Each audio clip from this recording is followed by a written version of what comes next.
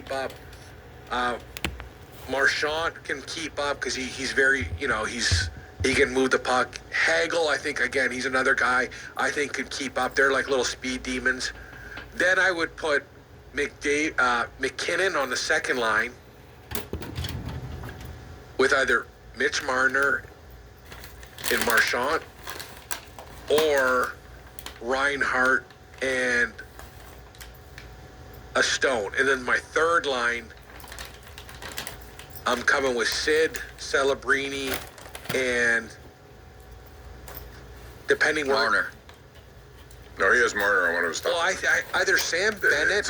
It's a nice problem to have, actually. Yeah, it's either Sam Bennett or Tom Wilson, because those guys open the ice up for you, especially when it's a little shorter. Like, I would imagine Sam Bennett and Tom Wilson are licking their chops to absolutely run someone over in this tournament. And when you have guys like that, it creates so much room for other guys. So he would be very good with like a Sid. Again, I think the way they created their four lines and the way they are, it's going to be like a regular hockey team. Like they're going to have so much skill up top, and then you're going to start getting... Power play will be interesting. I do think, though, their goaltending is going to be their biggest problem. I do expect 100%. USA versus Canada in the gold medal. I do. But Jordan Binnington is going to be living off what he did at the Four Nations, which was good. And I think he'll get even though he has not played all that well. Neither of the other guys, Kemper or who's the other guy, Logan Thompson. So I think that's going to be the thing that costs them, if anything. So do I. I'll tell you what probably won't cost them. Their first power play. Ready to hear this? Yeah. Projected power play. You can't have all superstars. That's I think true. We've done this with the actual Penguins, right? When you have too many superstars, and either Canada or the U.S. are not going to make the finals. It's going to be either Team Sweden or Team Finland that's going to play one of those teams. I think there's going to be a sneaky team coming in.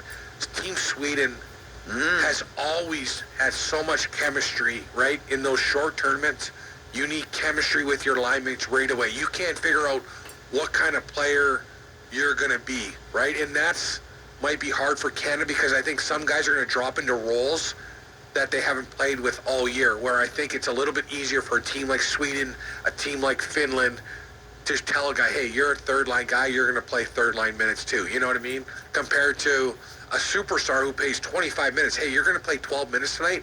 We expect you to go all out. You know, they might have a hard time adjusting to that or just staying in the game because they're not used to. How about Finland? Time. Yeah. I like Finland. I think how about little Mike Granlund on the second line? He's a good hockey player. He is a good hockey player. It wasn't that he wasn't when he came here. How about Ole Matt on their third defense pair? They're a good team. They battle. That's one thing Finland does. They're going to run around. They're going to play the right way. They are going to battle, and you're going to know you're in a game. I think the Sweden kind of scares me sometimes. But Finland, they won the World Juniors, the U20. All things being equal, though, I would still like to see a team from Russia. Regardless of what's going on. I mean, still, it's, they got guys over here playing from Russia. Why wouldn't they represent their country despite all of the stuff that's gone on? I think they would have probably one of the best teams. Like when you look at Russia's roster, just on their goaltending alone, Bobrovsky, Vasilevsky, Ovechkin, Kucherov, you like. Yeah, that's they're bringing a wagon, and that I think it does affect the quality of the tournament when you don't have them in it. They needed to be in it to have a true Olympics. Is Russia out of all the Olympics or just the team sports or how? No, I think everything, all of it. As far as I know, I don't think anyone's allowed from Russia. Penguins, Sabres tonight. Give me a prediction. The Sabres are actually good. 70 points. They're real good. What's happened here? They turned the page. They're one of the hottest team in the league. It seems like it's clicking. Like they're learning. They're young studs.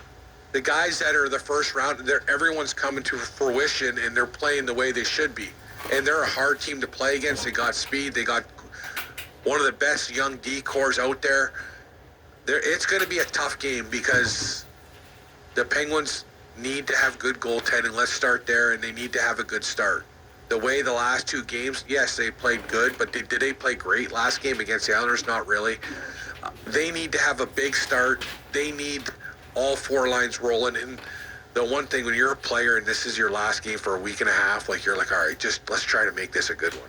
You know, Yeah, like there's, I tell you what, and it's tough. they're two of their top three players. Tage Thompson's a great player. Oh. He's really emerged, and I think Alex Tuck finally, after leaving Vegas, has turned into the kind of player they wanted, and they play well together. Yeah, and then So- their defense are big, mobile. I Let's have a score. like Buffalo tonight. I would take Buffalo. I just think they're good at home, and Give me a score, Tyler. I'm going to say 2-1 Penguins. With overtime. Shelovs in goal. Overtime. Who scores the winner? oh, doesn't get to a shootout then. Thank God.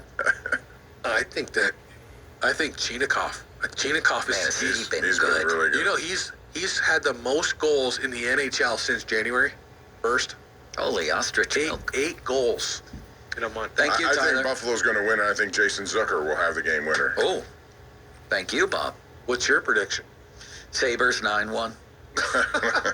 See you guys. I mean, see you, Tyler. Bob is staying. You sure? You want me to stay? I'm going for a nap. I'd like to go for a nap. Can I join you? Not together, but you know. That's okay. We Yeah. can smooth. Listen to the Pomp and Joe show every Wednesday to hear about Starkey's Card of the Week from the Baseball Card Castle and Cranberry. Contest run every Wednesday through Friday at noon at the 93.7thefan.com contest.